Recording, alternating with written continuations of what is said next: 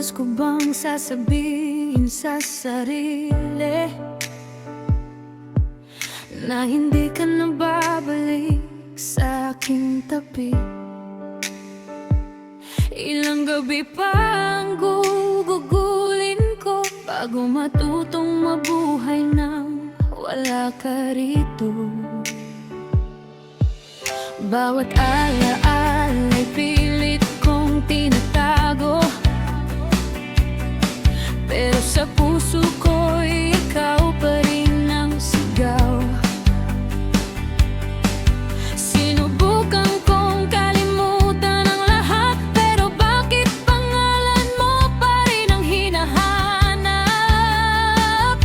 Hindi naman ako nanghingi ng sobra, gusto ko lang naman ang iyong katapatan. Kung hindi mo ako kayang mahalin, bakit mo ako hinayaang umasa? Pagod na akong umasa, pagod na akong maghintay sa wala, pagod na akong isipin ka habang ikaw ay masayang wala na. Ibinigay ko ang puso ko sa'yo, pero iniwan mo itong wasak at luhaan. Pagod na akong umasa, kaya ngayon matututo na akong bumitaw.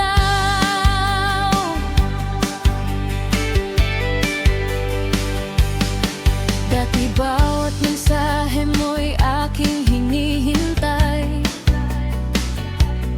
ngayon ay ayoko nang makita ang pangalan mo. Hindi dahil galit ako sa'yo, kundi dahil ayokong muling masaktan ang puso ko. Ang mga pangarap nating dalawa, isa-isa ko nang tinatanggap na wala na. Mahirap man, kakayanin ko rin,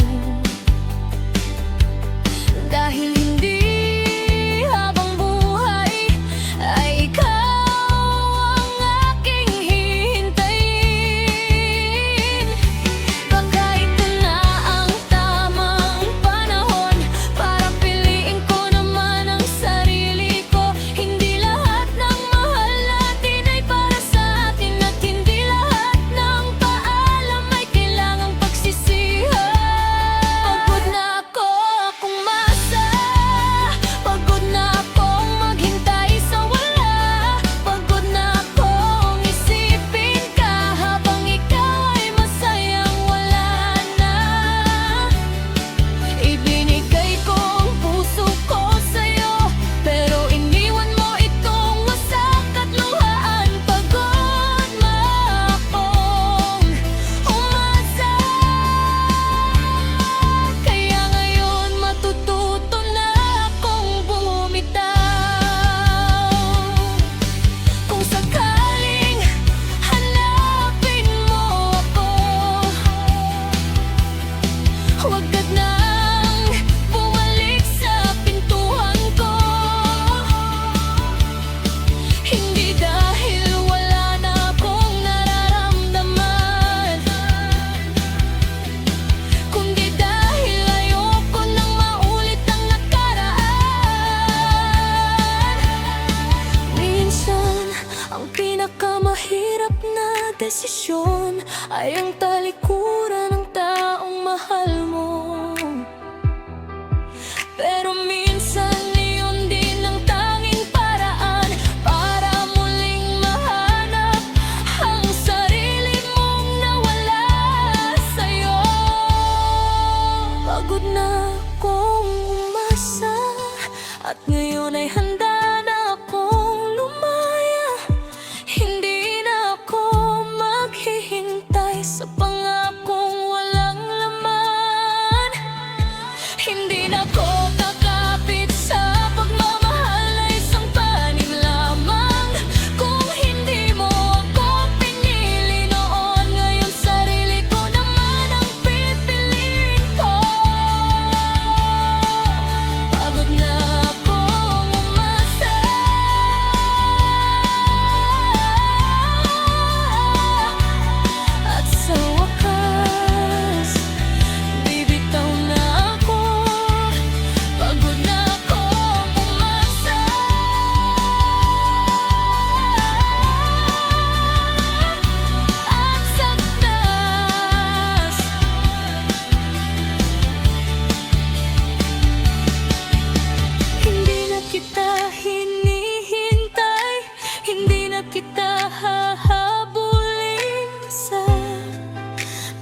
pagkakataong ito.